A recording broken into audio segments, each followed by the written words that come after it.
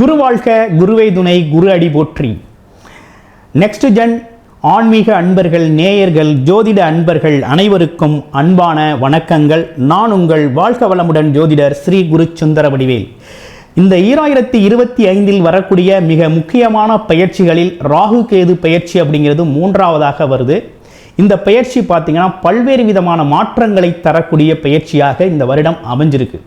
இந்த பயிற்சி அப்படிங்கிறது பார்த்தீங்கன்னாக்க மே மாதம் 18ஆம் தேதி ஞாயிற்றுக்கிழமை இந்த பயிற்சி நடக்குது. இதுவரை பார்த்தீங்கன்னா மீன ராசியில் இருந்து அருள்பளித்து வந்த ராகு பகவான் கும்பராசிக்கும், கன்னி ராசியில் இருந்து அருள்பளித்து வந்த கேது பகவான் சிம்ம ராசிக்கும் பயிற்சி ஆகக்கூடிய அமைப்பு அப்படிங்கிறது மே 18ஆம் தேதி நடக்குது. இந்த நடைமுறை அப்படிங்கிறது பார்த்தீங்கன்னாக்க 1.5 வருட காலங்கள் ஒரு ராசியில் ராகு கேதுக்கள் சஞ்சாரம் செய்யக்கூடிய அமைப்பு அப்படிங்கிறது இருக்குது.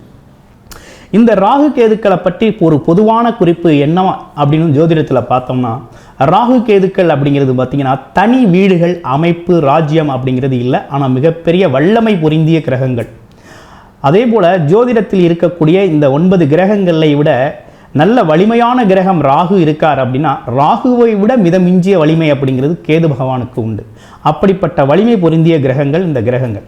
உங்களுடைய பிறப்பு ஜாதகத்தில் அனைத்து கிரகங்களும் ராகு கேதுக்குள்ளே அடங்கிருச்சு அப்படின்னா அது சர்ப்பதோஷம் அப்படின்னு சொல்லக்கூடிய ஒரு அமைப்பை கொடுக்குது. அப்போ இந்த விஷயங்கள்லாம் ராகு கேதுக்களை அடிப்படையாக வச்சு நம்ம சொல்கிறோம்.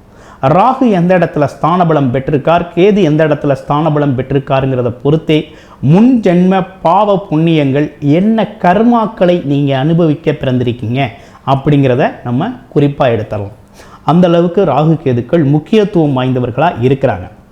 இவங்களை பொறுத்த வகையில் பார்த்தீங்கன்னா 2 விஷயங்கள் தான், நல்வினை தீவினை. இதை பார்த்தீங்கன்னாக்க அவங்கவுங்க அமர்ந்த இடத்தை பொறுத்து கொடுக்கக்கூடிய ஒரு தன்மை அப்படிங்கிறது இருக்குது. இவங்களை பொறுத்த வகையில் இன்னமும் சிறப்பாக சொல்லணும்னா ராகு அப்படிங்கிறவர் பார்த்தீங்கன்னா கொடுத்து கெடுப்பவர் அப்படின்னு சொல்கிறது ராகு. உலக சுகபோகங்களை கொடுத்து கெடுப்பவர்.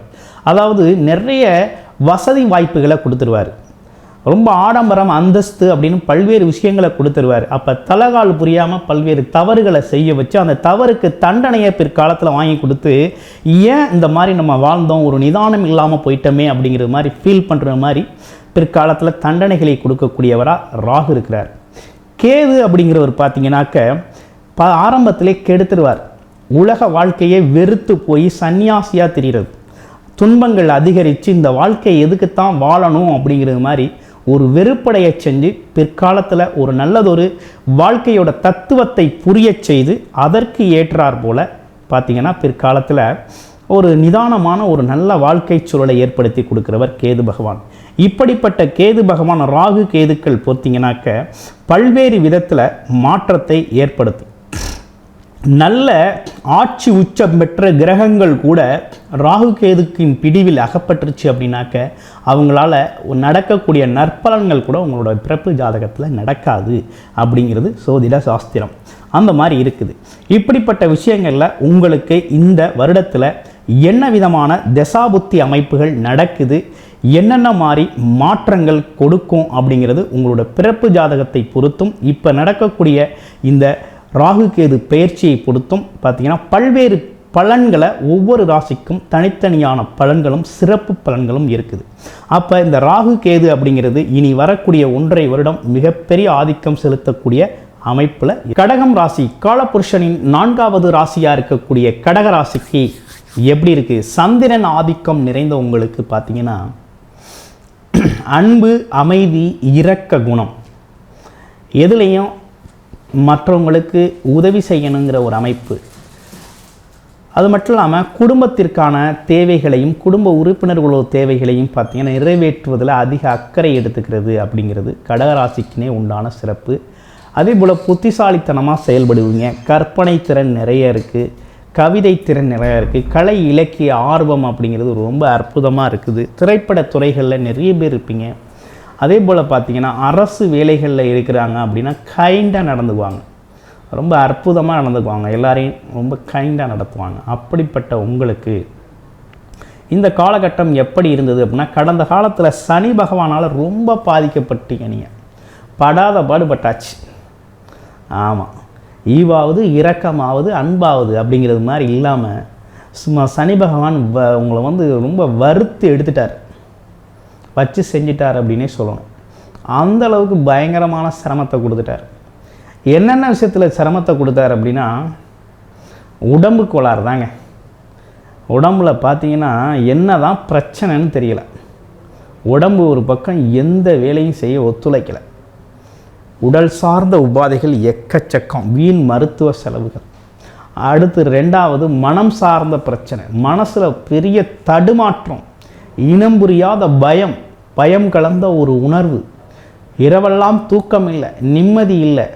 அதே போல் இடம் சார்ந்த பிரச்சனை. அப்பாவோட உடல் ஆரோக்கியம் சரியாக இல்லை, அம்மாவோட உடல் ஆரோக்கியம் பரவாயில்லை. மருத்துவ செலவு ஜாஸ்தி. குடும்பத்தில் மனைவி பிரிஞ்சுக்கிறது இல்லை, கணவன் மனைவிக்குள்ள ஒரு புரிதல் பத்தாததுனால ஒரு பெரிய, அதனால் குடும்ப பிரச்சனை. கோர்ட்டு கேஸு வழக்கு அப்படின்னு பல்வேறு விஷயங்களை சந்திச்சாச்சு. ரொம்ப சிரமத்துக்கு ஆளாயாச்சு. இனி வரும் காலகட்டம் இந்த ராகு கேது பெயர்ச்சி எப்படி உங்களுக்கு இதில் ஒரு மாற்றத்தை கொடுக்க போகுது அப்படின்னு பார்த்தோம்னா, ராசிக்கு 2ஆம் இடத்துல கேது வரா. இதுவரை 3ஆம் இடத்துல இருந்து வந்த கேது 2ஆம் இடத்துல வந்து அமர்றார். இதுவரை 9ஆம் இடத்துல இருந்து வந்த ராகு 8ஆம் இடத்துல வந்து அமர்றார். ஆமாம், அப்போ மறைந்து, அதாவது கிரகங்கள் ராகு மறைந்து இருப்பது அப்படிங்கிறது ரொம்ப நல்லது. அது எப்படின்னா, 4, 8, 12ஆம் இடங்களில் மறைந்து குரு பார்வையோடு இருக்கிறார். அப்போ என்னென்னா, 8ஆம் இடத்துல மறைஞ்சு குரு பார்வையோடு இருக்கக்கூடிய இந்த ராகு உங்களுக்கு என்ன செய்வார் அப்படின்னா, வெளிநாடு தொடர்புகளை ஏற்படுத்துவார்.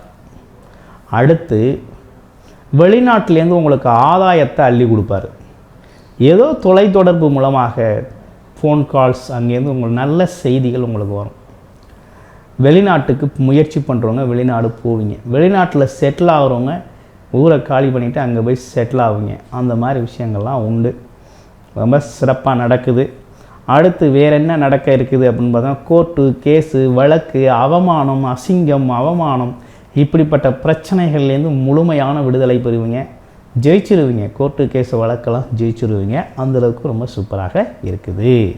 அடுத்து வேறு என்ன சிறப்புகள் இருக்குது அப்படின்னு பார்த்தோம்னா, இந்த 2ஆம் இடத்துல கேது பகவான் இருக்கிறது உங்களுக்கு என்ன மாதிரி வேலையை கொடுப்பார் அப்படின்னா, ஒரு சின்ன குழப்படியை கொடுப்பார். என்னன்னா, பேசுகிற வார்த்தைகள் வந்து ஒன் வேர்டு ஆன்சர் மாதிரி சொல்லுவீங்க. இதுக்கு முன்னால் ரொம்ப எலாபரேட்டாக பேசியிருப்பீங்க. எப்படி எதை கேட்டாலும் 4-5 வார்த்தை சொல்லி ஒரு தெளிவாக சொல்லியிருப்பீங்க. இப்போ ஆமாவா இல்லையா அப்படிங்கிறது மாதிரி ஒன் வேர்டு ஆன்சர் மாதிரி சொல்லுவீங்க. அதுதான் உங்களுக்கு இந்த காலகட்டத்தில் ஏற்படக்கூடிய ஒரு அமைப்பு. இன்னொன்று, குடும்ப உறுப்பினர்கள்ட்ட பார்த்தீங்கன்னா கொஞ்சம் கோபப்படாமல் நடந்து கொள்ளணும் அப்படிங்கிற ஒரு அமைப்பு இருக்குது. அதிர்ஷ்டம் சார்ந்த விஷயங்கள் உங்களுக்கு இயங்கும்.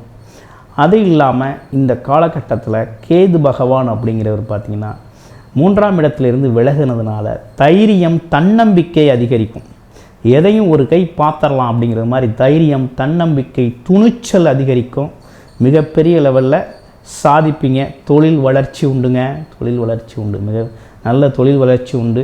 குரு பகவானால் கொஞ்சம் விரய செலவுகள் அப்படிங்கிறது நடக்கும். அவை அனைத்தும் சுப விரய செலவுகளாக நடக்கக்கூடிய ஒரு அமைப்பை கொடுக்கக்கூடியது தான் இந்த காலகட்டம். இத்தனை விஷயங்கள் இருந்தாலும் உங்களுடைய பிறப்பு ஜாதகம் எப்படி இருக்குது அப்படிங்கிறத பாருங்கள். பிறப்பு ஜாதகத்தில் உங்களுக்கு ராகு கேதுக்கள் நல்ல அமர்வு இருக்கணும். இப்போ தசாபுத்தி என்ன நடக்குது அப்படின்னு பார்த்து அதற்கேற்றார் போல் பலனை நீங்கள் எடுத்துக்கணும். இப்போ நம்ம கூறக்கூடிய பலன்கள் அனைத்தும் பொது பலன்கள். இந்த கோச்சார பொது பலன்களே நல்லா இருக்குது அப்படின்னு நிறைய கமெண்ட்ஸ் நமக்கு கொடுக்குறீங்க, நிறைய ஜாதகங்களும் கொடுத்துருக்கீங்க. அனைவருக்கும் மனமார்ந்த நன்றியும் வாழ்த்துக்களும்.